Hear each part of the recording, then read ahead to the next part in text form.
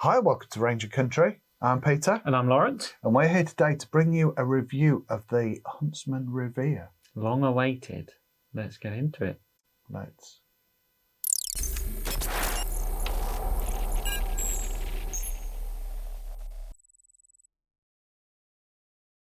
I know this has come quite a way, hasn't it? The Huntsman Revere, from the early days of the Huntsman.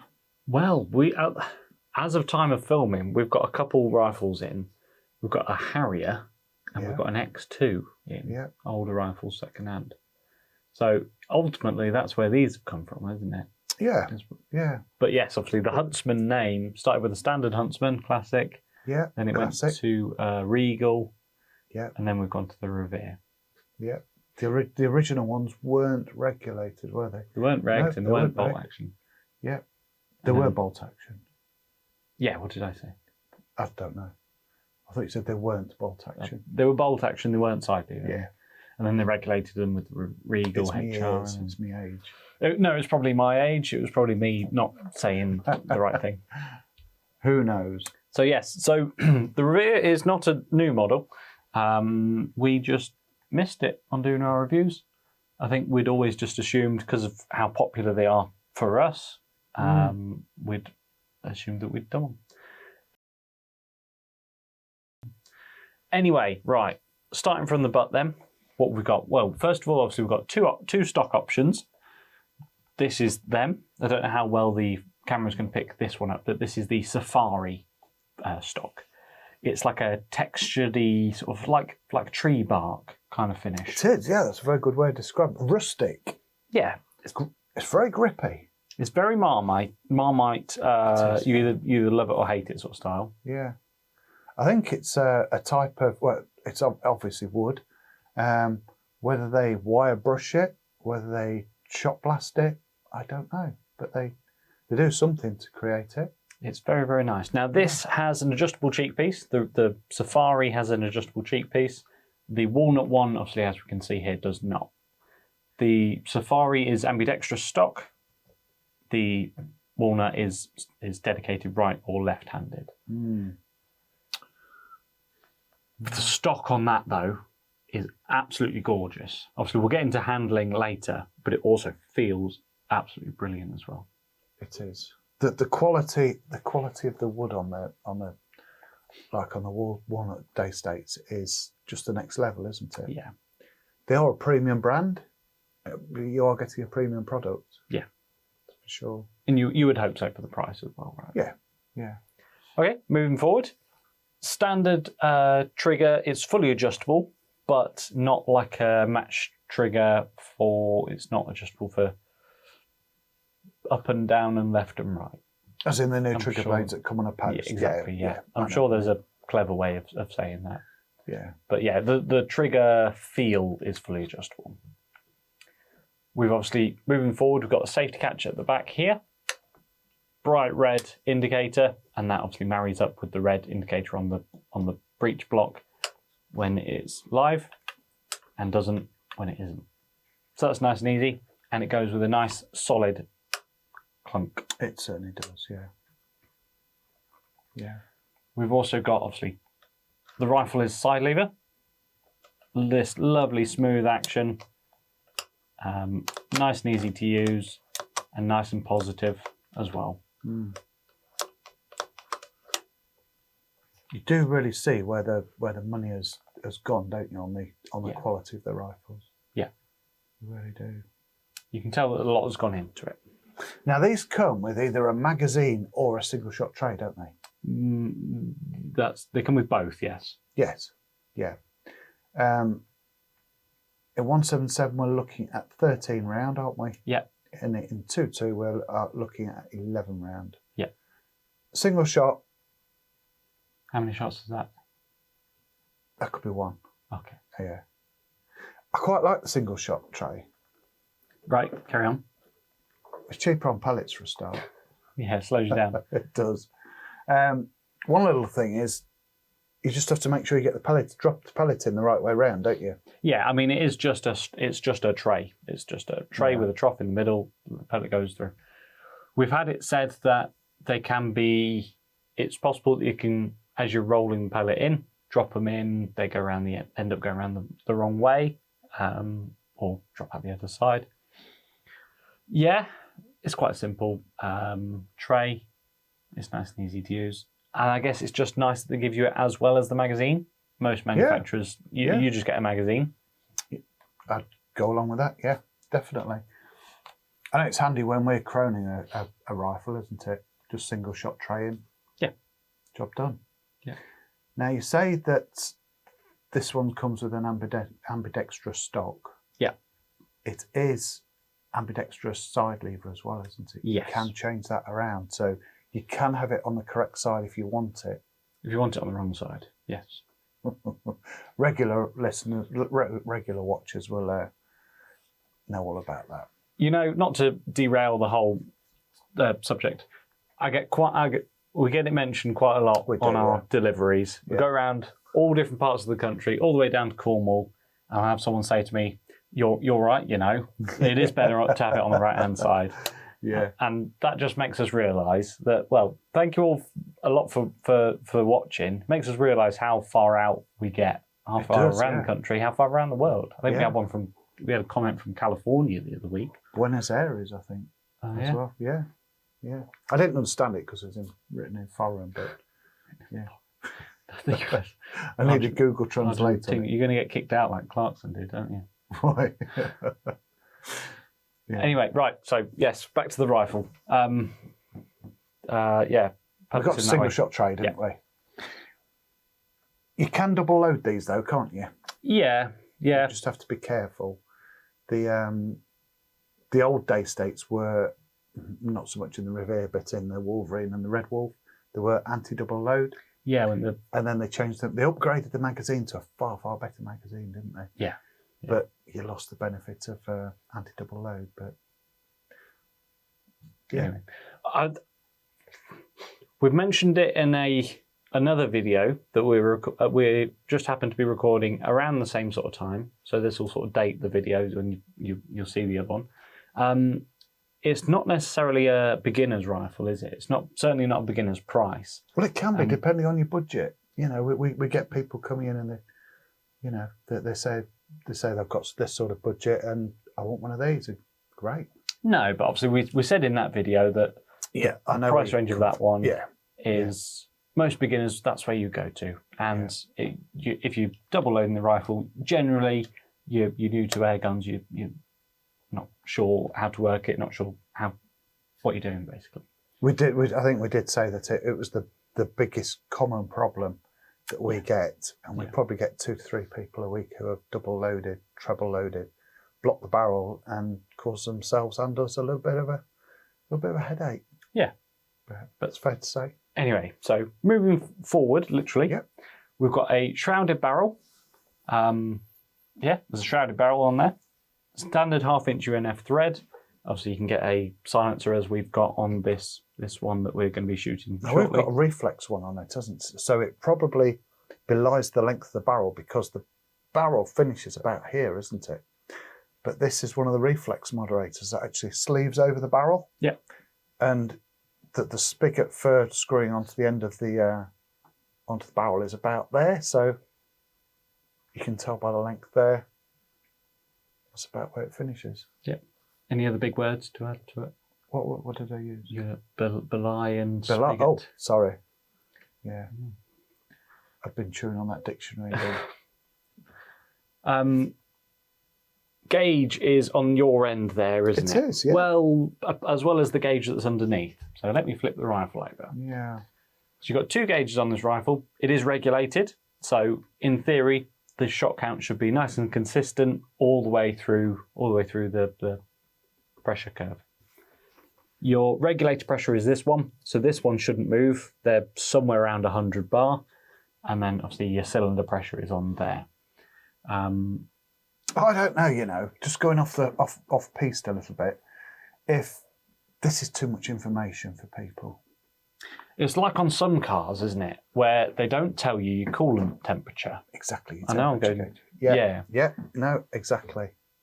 You haven't got a temperature gauge. Is it just telling you too much information? We quite got. Oh, you. Apologies to the customer if he's watching. You had it the other week where I had a gentleman with a digital pressure gauge, and it was fluctuating a little bit, but because it was digital, it was showing. It seemed a lot more than if it had been an analog gauge, and it was bothering him. it was fluctuating like 2 or 3 bar, wasn't it? Which Yeah, on a probably up to about 5 bars, something like that. Okay. Which I know I was working on a rifle yesterday, and I was firing it off, and I was just getting a little quiver on the regulator gauge, so it was refilling. And I thought to myself, if that was digital, that would flutter around, on the digital gauge. So I'm not a big fan, I don't think, of the regulator gauges. Once the gun's set up, and it'd obviously be set up on a test rig, it's done really, Yeah, maybe too much information. Anyway. Yeah. So yes, features, cylinder. Yes, you get about 130 shots out of the rifle, depending on caliber. 2, I think, isn't it? Yeah, that'll be up to a few less. Yeah. So yeah, nice decent shot count.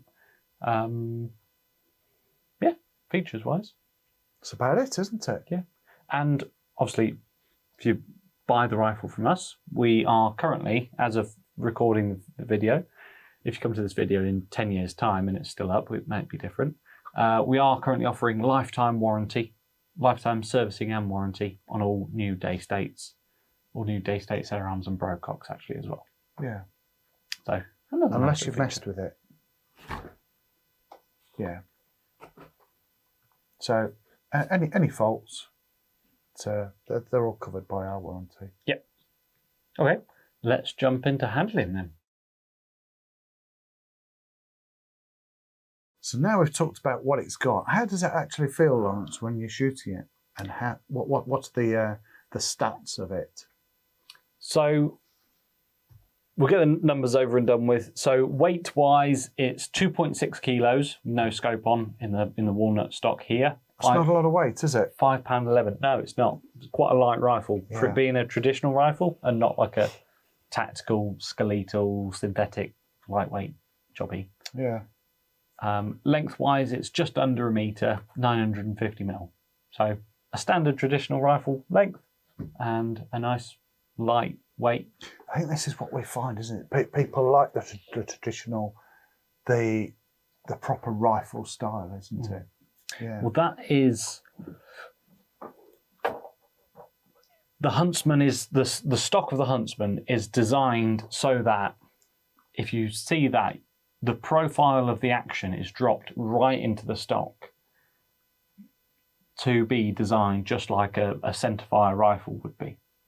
So the stock, rather than like the cylinder sitting on top of the stock, so you could have stock, then cylinder, then barrel, the cylinder is meshed into the stock, which gives it that low profile traditional rifle looking thing.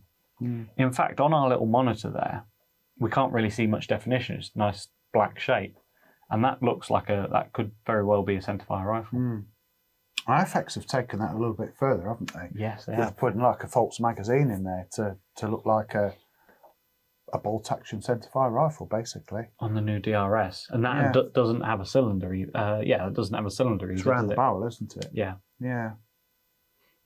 Yeah. I'd say that's a different kettle of fish because that's a lot lighter and a bit floatier. But anyway. Yeah. Speaking of handling, I really, really like the walnut. I think it feels a bit nicer than the Safari, only so much as it being dedicated right hand. Obviously, I am right-handed, so it's you've got a nice palm swell around the checker in there. You've got a thumb rest at the top here, and obviously you've got this raised cheek piece on the left-hand side for a right-hander. I think the benefit on that one, there is a fantastic piece of walnut as well on that rifle in particular. This particular rifle is absolutely gorgeous. Yeah. Now, one thing you notice on the Safari is it's a lot grippier. Yeah. So if you were using this as a hunting rifle, if you were carrying this around, and in the cold weather, or if it got wet, You got it gloves doesn't on. become slippery. Yeah. It's a lot grippier. So that's one thing to think about. It's not to everybody's taste, as Lawrence did say earlier. But you know, the walnut on some of these is more like a showpiece, isn't it? Yeah. It's more like furniture grade walnut, and yeah, I do like to see, and a lot of people do appreciate that. But not IKEA. No, true. Not IKEA chipboard. Yeah. And, yeah. I don't know that the cameras do this one justice, but this particular walnut stock really pops. You've got lovely deep grain. That's gorgeous. Lovely flowing lines in it. It really is. It's really, really nice. Yeah. Okay. Well, we've got to see what they shoot like, really, haven't we? Let's give it a go. We're expecting a lot. It's a high-end rifle. We're expecting a lot. So, well, who's shooting it? Well, me. So we are expecting that brings a lot, our expectations down. Yeah. Okay, lovely. Let's get set up and we'll give it a go. So let's have a look, see what Lawrence can do with the Revere. See how accurate they can both be.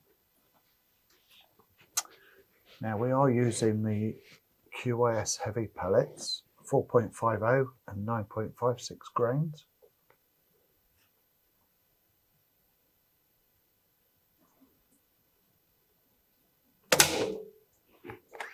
I do try to keep quiet between shots because some people say that's a bit unfair.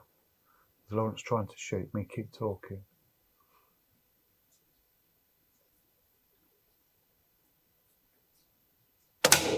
Plus it does give him an excuse. Oh, I don't need that. I've got plenty of excuses.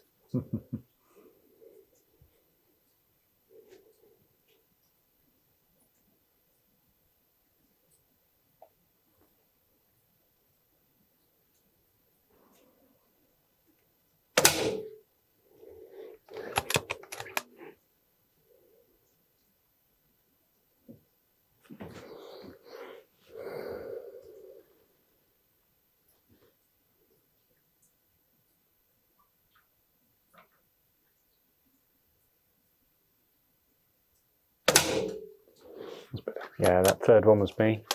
Was it? Yeah. Now, regulars will know that I've got a monitor here. I've got a camera down on the target. I've got a monitor here so I can see exactly where Lawrence's pellets are going and take the mickey accordingly.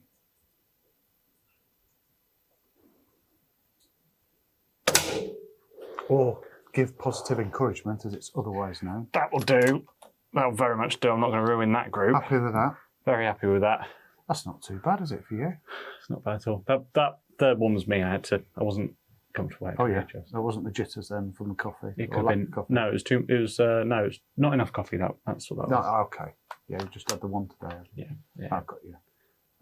Yeah, that's bang on. I know that we say it's probably more of a conclusion thing. I know that we've said in previous videos when we've done reviews on short rifles or bullpups or that sort of thing, that we can say that the rifles can be floaty in the shoulder. That just goes to show a proper a traditional rifle is not that. It's bang on. The trigger's really, really crisp. It's really, really stable in the shoulder. I say that one above them is me, but otherwise this will do same whole groups and it's pretty damn stable to be able to do that.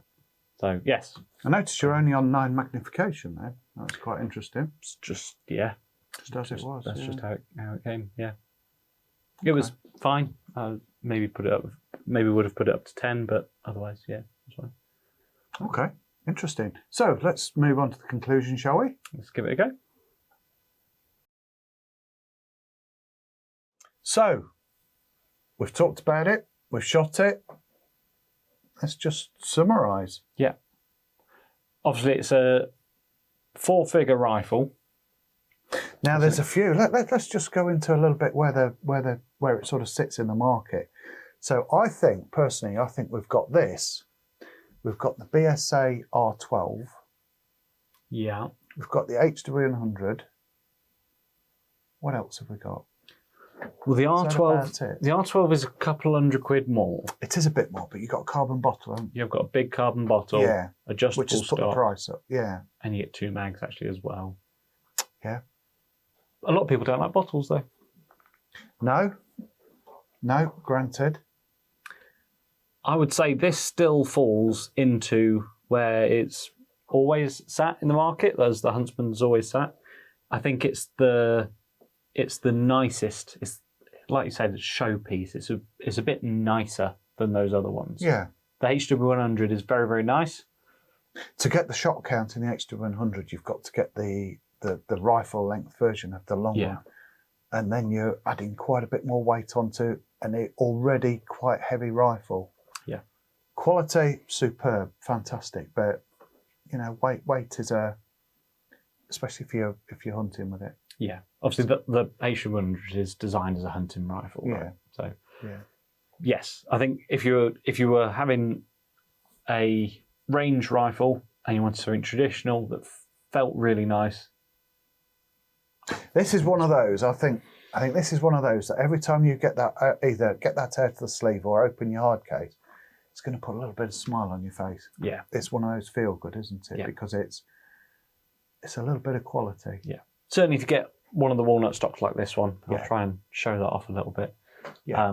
You're going to get that and go, oh, that's nice. Yeah.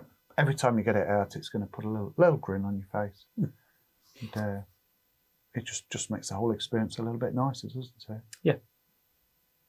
Would you have one? I'd have one. Yeah, absolutely. Yeah. It's if I was taking it down to the range, it's really, really stable, really accurate shoot, trigger's really sharp. Hard to fault it. Yeah, 100%. Yeah. Well, there we go. I don't know much more there is to say. Not on much that more one. to say. Get your hands on one. Give it a go. Have a look and see if you can find one with as nice a Yeah. walnut as this one, because it really will. Put that little grin on your face every time you get it out. Yeah. The rifle, that is. Anyway, thank you very much for watching. Please like and subscribe, and we'll see you in the next video. Lovely. Thank you.